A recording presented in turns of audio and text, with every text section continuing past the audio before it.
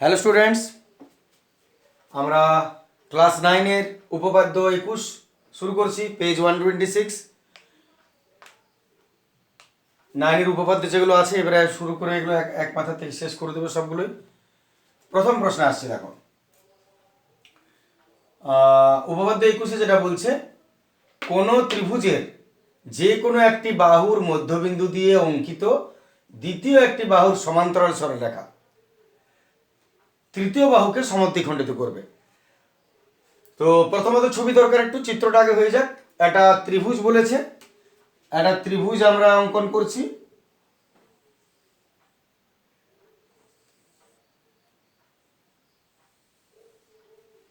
মনে করেন একটা ত্রিভুজ, নাম দিচ্ছি আমি এ বি সি।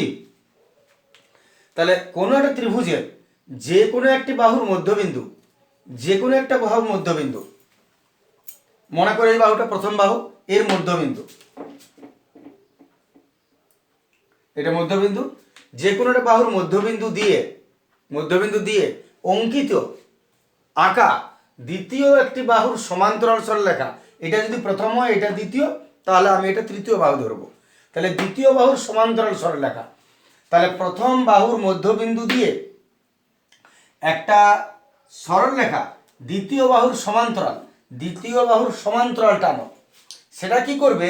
তৃতীয় বাহুকে, এটা তৃতীয় বাহু, সমদ্বিখণ্ডিত করবে। তাহলে প্রথম বাহুর মধ্যবিন্দু থেকে একটা সরলরেখা টানো, হালকা বেঁকে যাচ্ছে,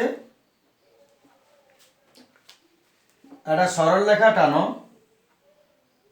মনে করো এর সমান্তরাল, প্রশ্নে বলেই দিয়েছে কিন্তু সমান্তরাল সরলরেখা।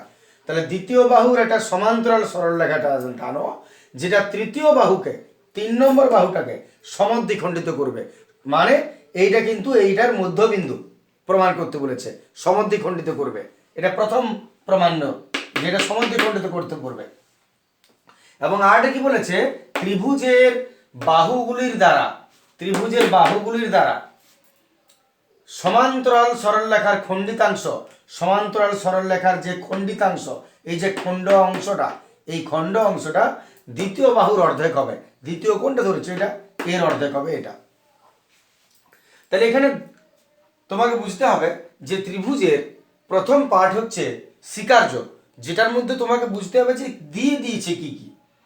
আরেকটা পার্ট হচ্ছে প্রামাণ্য, যে প্রমাণ কি কি করতে হবে। তাহলে এর মধ্যে তোমাকে দিয়েছে কি আর প্রমাণ করতে হবে কি। তোমাকে দিয়ে দিয়েছে প্রথম বাহুর মধ্যবিন্দু বটে এটা, এখান থেকে একটা সরল রেখা টানছো দ্বিতীয় বাহুর সমান্তরাল। তাহলে এর সমান্তরাল এটাও তোমাকে দিয়ে দিয়েছে। এই বাহুর মধ্যবিন্দু বটে এটা, এটা বলে দিয়েছে। এই বাহুর সমান্তরাল এটা বলে দিয়েছে। তাহলে প্রমাণ তোমাকে করতে হবে দুটো। এক, এই বাহুর মধ্যবিন্দুতে স্পর্শ করবে কোটা গিয়ে, তার মানে এটা মধ্যবিন্দু যেন হয় এই বাহু, এটা একটা প্রমাণ। আর একটা হচ্ছে এই যে খণ্ডিতাংশটা, এটা দ্বিতীয় বাহু, এর অর্ধেক হবে। এটা যদি 4 হয়, এটা 8 হবে, এর অর্ধেক হবে।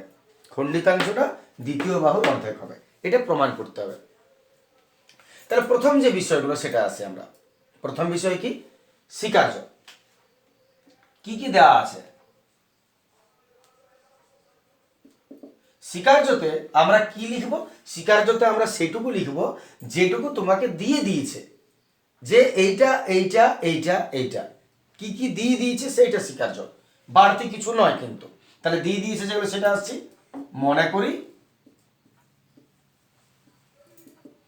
এবিসি ত্রিভুজ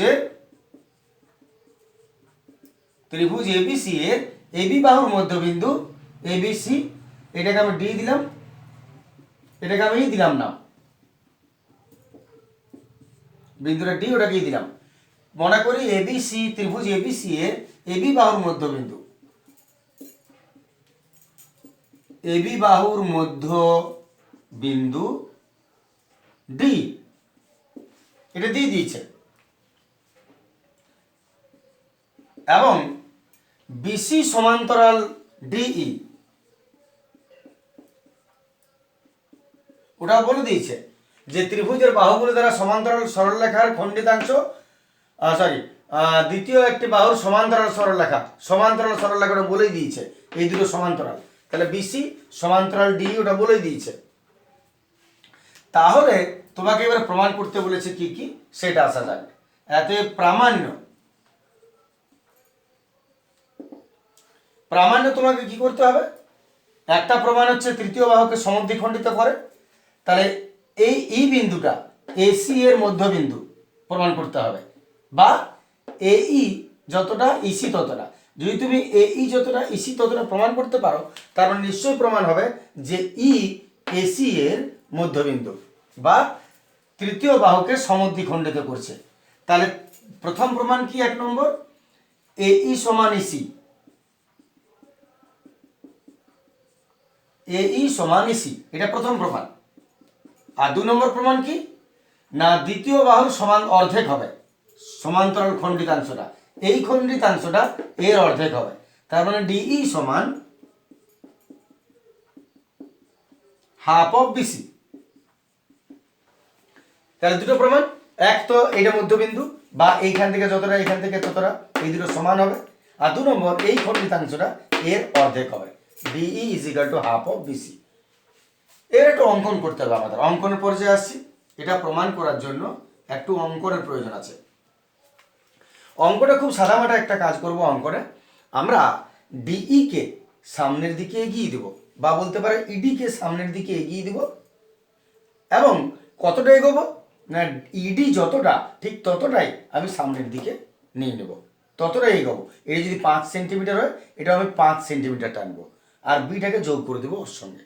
তাহলে ভাষাটা আমার কেমন হবে, ভাষাটা আমি এমনি লিখবো, ইডি বাহুকে, ইডিকে এফ পর্যন্ত, মনে করে এফ, ইডি যতটা ডিএফ ততটা, ইডিকে এফ পর্যন্ত এমনভাবে বর্ধিত করা হলো যেন ইডি সমান এফডি হয়। বাস, ইডিকে এফ পর্যন্ত এমনভাবে বর্ধিত করা হলো, এমনভাবে বাড়ানো হলো যেন ইডি সমান ডিএফ হয়, যতটা এটা ততটা এটি টানবো, আর শেষে কি বলবো, বিএফ যুক্ত করা হলো, এটা শুধু যোগ করে দেবো আমরা, বিএফটা শুধুমাত্র আমরা যোগ করে নেব। তাহলে ভাষার অঙ্কনে কি লিখবো, ইডিকে, ইডিকে এফ পর্যন্ত এমন ভাবে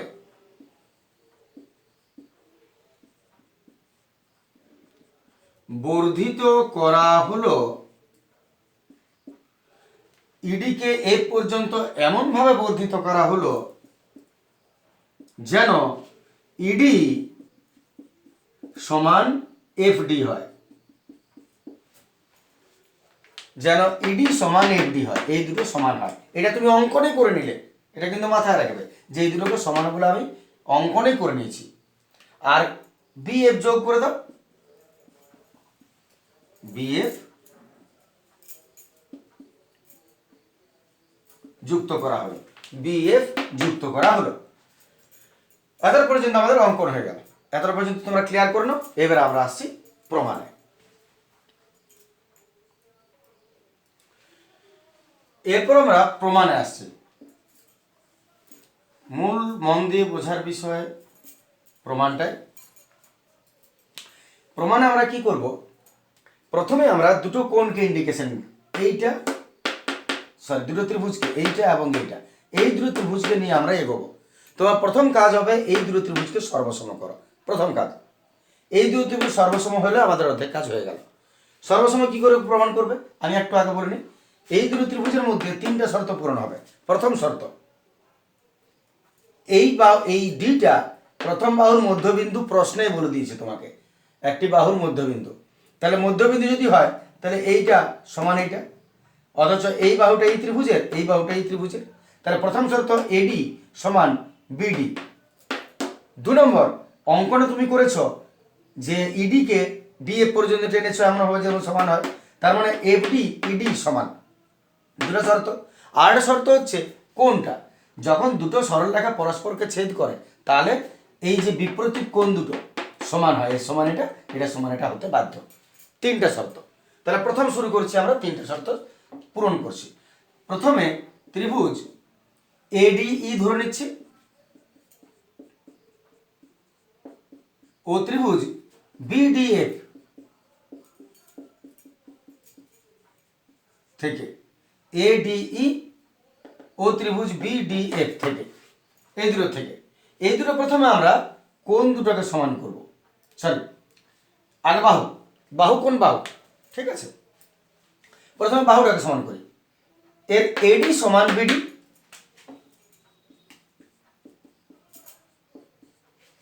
AD সমান BD হবে, এটা সমান এটা, কারণ প্রশ্নে দেওয়া আছে, যেহেতু প্রশ্নানুসারে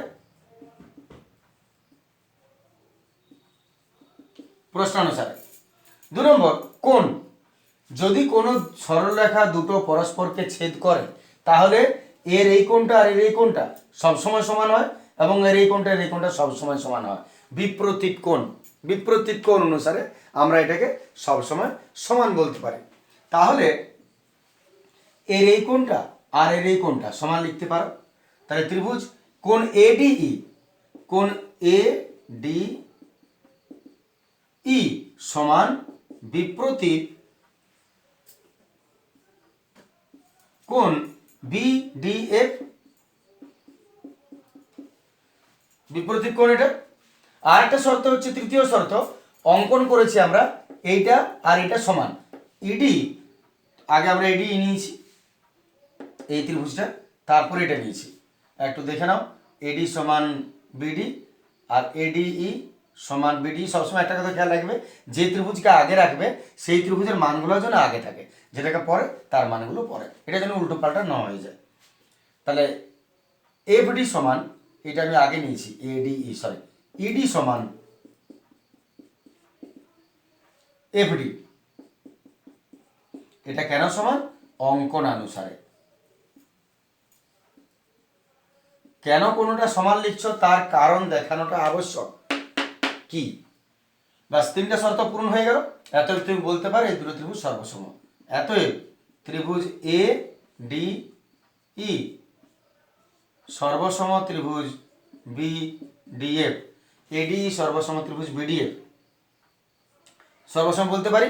আমরা কি হিসেবে সর্বসম বলতে পারি, যে বাহু কোণ বাহু, তার মানে SAS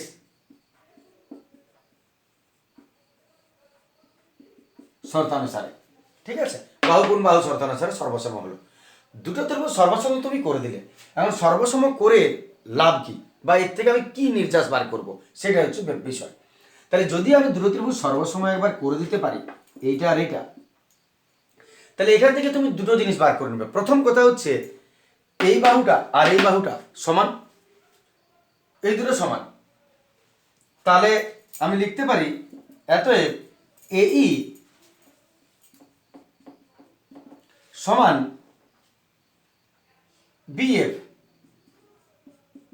লিখতেই পারি আমি AE আর BF সমান, এই একটা শর্ত আমরা সমান বলে লিখলাম, এটা আমাদের পরে কাজে লাগবে AE আর BFটা। আর এখন যেটা রিসেন্টলি কাজে লাগবে, তাহলে তুমি মাথায় রাখো এই দুটোকে সমান বলে আমরা প্রমাণ করতেই পারি। আরেকটা হচ্ছে যে এখান থেকে দুটো কোণকে আমরা বেছে নেব, সেটা হচ্ছে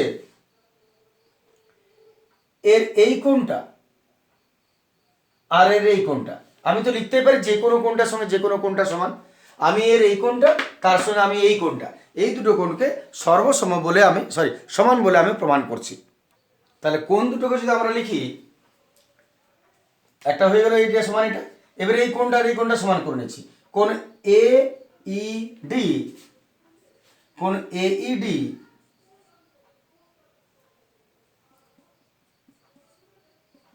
সমান কোণ এইটা, তার সঙ্গে এটাকে সমান করে দিচ্ছি কোণ BFD। দেখে নাও, আমি সমান তো লিখতে পারি, যেহেতু দুটো ত্রিভুজ সর্বসম, তাই আমি এই কোণটার সঙ্গে এই কোণটা সমান লিখতে পারি, বা এই কোণটার সঙ্গে এই কোণটাকে তুমি সমান লিখতে পারো, যেটা ইচ্ছে তুমি লিখো। কিন্তু এটা সুবিধা কি পাবে, যদি AED আর BFD এই দুটো কোণকে আমি সমান করি এখন, তাহলে তুমি সুবিধা কি পাচ্ছ লক্ষ্য করো।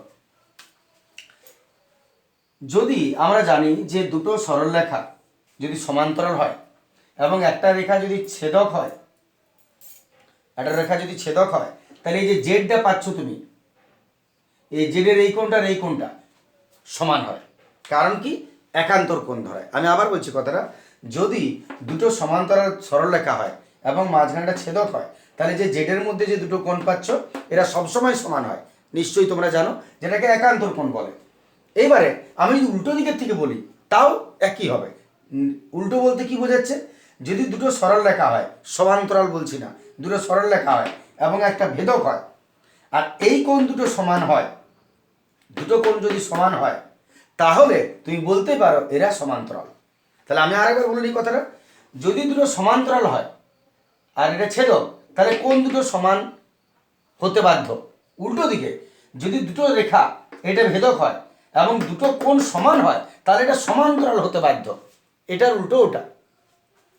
এখানে তুমি কি পাচ্ছ লক্ষ্য করো, যদি আমি এই কোণটা আর এই কোণটা, এই দুটো কোণকে সমান বলে দিই, আমি সমান বলে প্রমাণ করে দিই, যেমন করে দিয়েছি, তাহলে এই যে জেডটা পাচ্ছ তুমি, এই রেখাটা আর এই রেখাটা লক্ষ্য করো, জেড জেড, তাহলে এই দুটো বাহু সমান্তরাল হতে বাধ্য।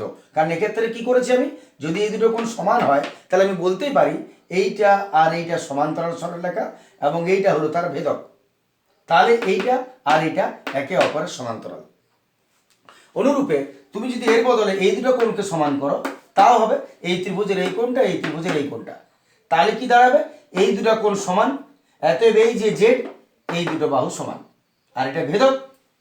তাহলে এখানে যেহেতু আমরা এইটা এবং এইটা, এইটা এবং এইটা সমান করেছি, তাই আমি বলতে পারি যে এই দুটো রেখা আর এইটা হলো ভেদক, এই দুটো কোণ সমান, অতএব এইটা আর এটা সমান্তরাল। তাহলে আমি বলতে পারি অতএব এই সমান্তরাল, এখানে সরি, কিন্তু এরা একান্তর কোণ, একটু লিখতে হবে তোমাকে, কিন্তু এরা একান্তর কোণ। কেন লিখতে হচ্ছে, কারণ যদি দুটো কোণ সমান করার পর তুমি সমান্তরাল দেখাতে চাও তাহলে একটাই শর্ত, যে এটা একান্তর হতে হবে। কারণ দুটো সমান্তরাল সরলরেখার থেকে যে জেড পাচ্ছ সেই কোণগুলোকে তো একান্তর বলে। উল্টো দিকে বলতে গেলে তোমাকে বলতে হবে যে এই দুটো একান্তর কোণ, অর্থাৎ এরা সমান্তরাল হতে বাধ্য। আমি তাই করেছি, এই দুটো কোণ সমান করেছি কিন্তু এরা একান্তর কোণ, এটা তোমাকে লিখতে বাধ্য, কারণ একান্তর কোণ বলেই এই দুটো সমান্তরাল বটে।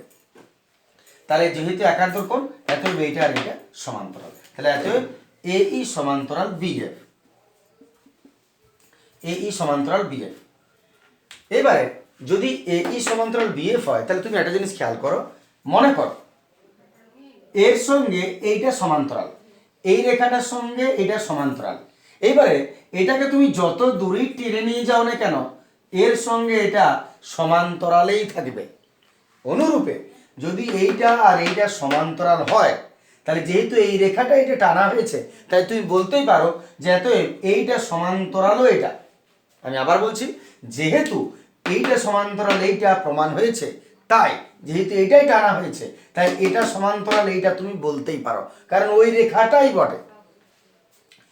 তাহলে অতএব এই সমান্তরাল যদি বিএফ হয়, অতএব বলতেই পারো ইসি সমান্তরালও বিএফ। দেখো এটা আমরা বলতে পারি। এরপর যদি আমাদের এতটা হয়ে যায় তাহলে তুমি কি পেলে না, এইটা সমান্তরাল এইটা পেয়েছো। এবারে তুমি একটা কথা ভাবো, যদি তুমি এটা সমান্তরাল এটা পেয়ে যাও, এরপর তুমি এই যে চতুর্ভুজটা দেখতে পাচ্ছ বি সি ই এফ, ওর এই বাহুটা সমান্তরাল পেলে। আবার ভুলে যাচ্ছ তুমি এইটাও সমান্তরাল। কেন সমান্তরাল এটা, কারণ প্রশ্নেই তোমাকে সমান্তরাল সরলরেখা টেনেছিলে, তৃতীয় বাহু দ্বিতীয় বাহুর সঙ্গে সমান্তরাল সরলরেখা, প্রশ্নেই তুমি এর সমান্তরাল এটা টেনেছিলে, তাই এর সমান্তরাল এটা প্রশ্নানুসারেই আছে। তাহলে যদি আমি ত্রিভুজ বি সি ই এফ দেখতে চাই তাহলে এর সমান্তরাল এটা তুমি এখনই প্রমাণ করেছো, আর এর সমান্তরাল এটা প্রশ্নানুসারেই প্রমাণ আছে। তাহলে যদি কোনো চতুর্ভুজের বিপরীত বাহুগুলো পরস্পর সমান্তরাল বলে প্রমাণিত হয় তাহলে তুমি এটাকে কি বলতে পারো, একটা সামান্তরিক বলতে পারো। তাহলে যেটা বললাম সেটা আমি একটু লিখে নিচ্ছি, তাহলে এটাকে আমরা সামান্তরিক বলতেই পারি। আমি এটা ভাষায় লিখছি যে অতএব বি সি ই এফ চতুর্ভুজের বিসি ইএফ চতুর্ভুজের বিসি সমান্তরাল এফি, বিসি সমান্তরাল এফি। কেন বিসি সমান্তরাল এফি? কারণ অঙ্কনেই বলে দিয়েছে তোমাকে এটা, সরি প্রশ্নেই বলে দিয়েছে এটা, প্রশ্নানুসারে আমাদের এটা বলে দিয়েছে যে বিসি সমান্তরাল এফি। আর এইটা সমান্তরাল এইটা যেটা, ওটা আমরা পেয়ে গেছি এখনই ইসি সমান্তরাল বিএফ, ইসি সমান্তরাল বিএফ। এটা আমরা প্রমাণ করেছি, নিজেরা প্রমাণ করেছি আমরা এটা। তাহলে যদি কোনো চতুর্ভুজের বিপরীত বাহুগুলো পরস্পর সমান্তরাল হয়, তাহলে তুমি কি বলতে পারো? যে এটা একটা সামান্তরিক বলতে পারো। এতএব আমরা বলতে পারি, এতএব বিসিইএফ একটি সামান্তরিক, বিসিইএফ একটি সামান্তরিক। এতটা পর্যন্ত আমরা বলে নিতে পারি। তাহলে বিসিইএফ যদি সামান্তরিক পেয়ে যাও, তাহলে তুমি কি করবে? শেষ কাজটা আসছে এবারে শেষ কাজে আমরা কি করছি, উপরের অংশটা মুছে নিচ্ছি, প্রয়োজনে পজ করবে। শেষ কাজ আমরা যেটা করব,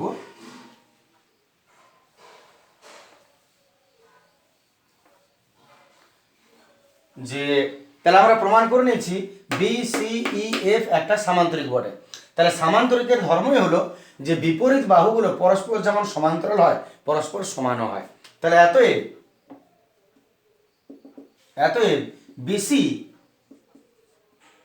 সমান এফি, বিসি সমান এফি হবে, আর বিএফ সমান সিইও হবে। অতএব বিসি সমান এফই হবে আর বিএফ সমান সিই হবে, বিপরীত বাহুগুলো পরস্পর সমান হবে। এটা আমরা লিখে নিলাম। এবারে দেখো শেষ জায়গাটুকু কি হচ্ছে, এটা সমান এটা, এটা সমান এটা আমরা লিখে নিয়েছি। এবার তুমি একটা জিনিস খেয়াল করো, তুমি একটু আগে এই দুটো ত্রিভুজকে সর্বসম বলে প্রমাণ করেছিলে এবং বলেছিলে যে এই বাহুটা এই বাহুটা সমান। তাহলে এইবারে এইটা সমান, আবার এখন তুমি প্রমাণ করলে এটার সঙ্গে এটা সমান। ভেবে দেখো, এর সঙ্গে এটা সমান ছিল, আর এখন তুমি প্রমাণ করলে এটা সামান্তরিক করে এর সঙ্গে এটা সমান। এতএব এর সঙ্গে যদি এটা সমান হয় আর এর সঙ্গে যদি এটা সমান হয়, তার মানে তুমি বলতেই পারো এই দুটো পরস্পর সমান। রামবাবু এবং শ্যামবাবু সমান, শ্যামবাবু এবং যদুবাবু সমান, তাহলে যদুবাবু এবং শ্যামবাবু রামবাবু সমান। তাহলে এতএব এই দুটো যদি সমান হয়ে যায়, তাহলে প্রথম প্রমাণটা তোমার হয়ে গেল। খেয়াল করে দেখবে, তাহলে আমরা সেটাই লিখছি। এতএব যেহেতু এই সমান বিএফ, আগে করা আছে দেখবে এই সমান বিএফ, আবার বিএফ সমান এইটা সিই, এটা আগে করা আছে, এটা সমান এটা, আর এখন আমি করলাম বিএফ সমান সিই। তাহলে যদি এটা সমান এটা হয় এবং এটা সমান এটা হয়, তাহলে এই দুটো সমান লিখতেই পারো। এতএব এই সমান সিই লিখতেই পারি, এই সমান সিই। তুমি দেখবে প্রথম যে প্রমাণটা তোমাদের বলেছে সেটা কিন্তু এই আর সিই কে প্রমাণ করতে বলেছে। এইটা আমাদের প্রমাণ হয়ে গেল একটা, এটা 1 নম্বর প্রমাণটা আমাদের হয়ে গেল। এবারে আসছে 2 নম্বর প্রমাণ। 2 নম্বরটা আরো সহজ, কোনো অসুবিধা নেই। 2 নম্বর প্রমাণটা কি করে করবে, এটা আশা করি ক্লিয়ার আছে তোমাদের কাছে। 2 নম্বর প্রমাণটা তুমি কি করে করবে, আমি একটু রাফে বুঝিয়ে নিই, তারপর লিখে নিচ্ছি। 2 নম্বর প্রমাণটা আমরা এইভাবে করব যে এটা সামান্তরিক, এই বাহুটা আর এই বাহুটা সমান বলে আমরা লিখে নিয়েছি, বিসি সমান এফি, বিসি সমান এফি, এই দুটো সমান আমরা প্রমাণ করে নিয়েছি। আবার যেহেতু এই দুটো ত্রিভুজ সর্বসম, তাহলে এই বাহুটা আর এই বাহুটা সমান, নিশ্চয়ই এই বাহুটা আর এই বাহুটা যদি সমান হয়, দুটো ত্রিভুজ সর্বসম বলে প্রমাণ করে দিয়েছ। সরি, ওটা যাওয়ার দরকার নেই, তোমার তো অঙ্কনই করেছি আমরা যে এটা মধ্য পয়েন্ট, মধ্যবিন্দু। অঙ্কনে তো আমরা টেনেছি এটা যতটা এটা ততটা, তাহলে এটা মধ্যবিন্দু।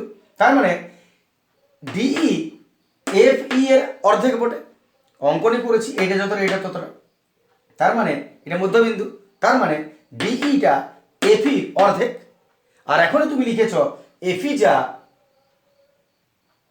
বিসিতা, এফি যা বিসিতা, তাহলে এইটা এর অর্ধেক, আবার এইটা সমান, তাহলে এইটা এরও অর্ধেক। আমি আরেকবার বলে নিই, এইটা এর অর্ধেক, আবার এইটা আর এটা সমান, তাহলে এটা এরও অর্ধেক হবে। তাহলে ওইটি বাস প্রমাণ হয়ে গেল। আর লিখবো কিভাবে আমরা ভাষাটা, যেহেতু ডিই সমান হাফ অফ এফি, কেন অঙ্কনে করেছে আমরা এটা অঙ্কন অনুসারে ডিই হাফ অফ এফি অঙ্কনে করেছি আমরা অর্ধেক, আবার এইটা এই সমান বিএফ, সরি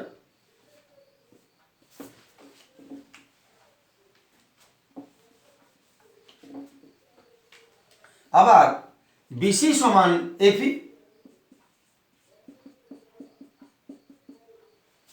বিসি সমান এফি, তাহলে বিসি আর এফি যদি সমান হয়, এতএব তুমি লিখতে পারো ডি সমান হাফ অফ এফি না লিখে বিসি, তাহলে ডি সমান হাফ অফ বিসি। ওইটাই ছিল দ্বিতীয় প্রমাণ, অর্ধেক করতে হবে। এইটা আমাদের 2 নম্বর প্রমাণ হয়ে গেল। বাস এই হলো দুটো প্রমাণ। আর উপপাদ্য সবসময় বুঝেই করবে, সবসময় বুঝে প্র্যাকটিস করবে। আর একটা কথা বলি আমি, যে যখন তুমি উপপাদ্য প্র্যাকটিস করবে, যে কোনো সময় অঙ্কন বলো বা প্রদত্ত বলো, সেগুলো তো ফ্যাক্টর নয়, মূল প্রমাণের জায়গাটা ফ্যাক্টর। তো যে কোনো একটা কাগজে ফাঁকা সময় যদি ঘরে বসে আছো, তাহলে সেই ফাঁকা সময় ছোট্ট একটা কাগজের টুকরো নিলে এবং তুমি নিজের থেকে ঘরে বসে 2 মিনিটে তুমি একটা সলভ, 2 মিনিটও লাগবে না, তোমার 1 মিনিটের মধ্যে একটা উপপাদ্য তুমি সলভ করে নিতে পারবে। সেই কাগজে তুমি কি করবে শুধুমাত্র, কিনা প্রশ্নটা তুমি মাথায় রাখো যে এইটা আমাকে প্রমাণ করতে হবে, সঙ্গে সঙ্গে আমি এখান থেকে এটা বাড়িয়ে দিলাম এর সমান এটা, যেভাবে আমার প্র্যাকটিস করি আর কি আমরা, সেরকমভাবে। যেমন দেখো আমি আরেকবার রিভিশনও বোঝাচ্ছি, আর তুমি কীভাবে ঘরে করবে সেটাও প্র্যাকটিস বলছি আমি। তাহলে আমরা ত্রিভুজের মধ্যে আমি প্রথম বাহুর মধ্যবিন্দু থেকে টানলাম, দ্বিতীয় বাহুর সমান্তরাল টানলাম, এবং তৃতীয় বাহুতে ছেদ করছি এই বিন্দুতে, এখান থেকে বাড়ালাম এতটা, এইটা যতটা এটা ততটা বাড়ালাম, এবং এটাকে যোগ করে দিলাম। এবার আমি কি করব, এই দুটো ত্রিভুজ থেকে নিচ্ছি, এর এইটা সমান এইটা প্রশ্নানুসারে, আবার এইটা সমান এইটা অঙ্কন অনুসারে, আর এই কোণটা বিপ্রতীপ কোণ, এতই এই দুটো ত্রিভুজ সর্বসম। যদি এই দুটো ত্রিভুজ সর্বসম হয়ে যায়, তাহলে এই বাহুটা সমান এই বাহুটা, এই একটা কথা, এবং এর এই কোণটা সমান এর এই কোণটা, বা এর এই কোণটা সমান এর এই কোণটা। এবারে যদি দুটো কোণ সমান হয়ে যায় কিন্তু এর একান্তর কোণ, এতএব এইটা সমান্তরাল এটা। এবার এটা সমান্তরাল যদি এটা হয়, তার মানে এটা তো বাড়ানো হয়েছে, তাহলে এটা সমান্তরালও এটা। এবার যদি এটা সমান্তরাল এটা হয়, আর এটা তো সমান্তরাল এটা বটে, প্রশ্নেই বলে দিয়েছে, তাহলে দুটো বাহু চতুর্ভুজের এটা সমান্তরাল এটা আর এটা সমান্তরাল এটা, তাহলে এটা সামান্তরিক। যদি সামান্তরিক হয়ে যায়, তাহলে এইটা সমান এটা, এইটা সমান এটা। যদি এটা সমান হয়ে যায়, তাহলে এই বাহুটা আর এই বাহুটা সমান লিখেছিলে, এখন এই বাহুটা আর এই বাহুটা সমান করলে এতএব এই দুটো বাহু সমান হবে। যদি এই দুটো বাহু সমান হয়, তাহলে নিশ্চয়ই এটা মধ্যবিন্দু। প্রথম প্রশ্ন যেটা প্রমাণ করতে বলেছিল ওটা হয়ে গেল, এটা সমান এটা। আর দ্বিতীয়টার জন্য শেষ কাজ কি না, এই বাহুটা এইটার অর্ধেক, কারণ এটা মিডল পয়েন্ট। তাহলে যদি এইটা এর অর্ধেক হয়, তাহলে এটা এরও অর্ধেক হবে, কারণ এই দুটো বাহু সমান। বাস ছোট্ট রাফ কাগজে আমরা এরকমভাবে একটু নিজের থেকে টেনে প্রমাণ করে প্র্যাকটিসটা করে নেব। আজকে থাকে তোরে, গুড ডে, থ্যাংক ইউ।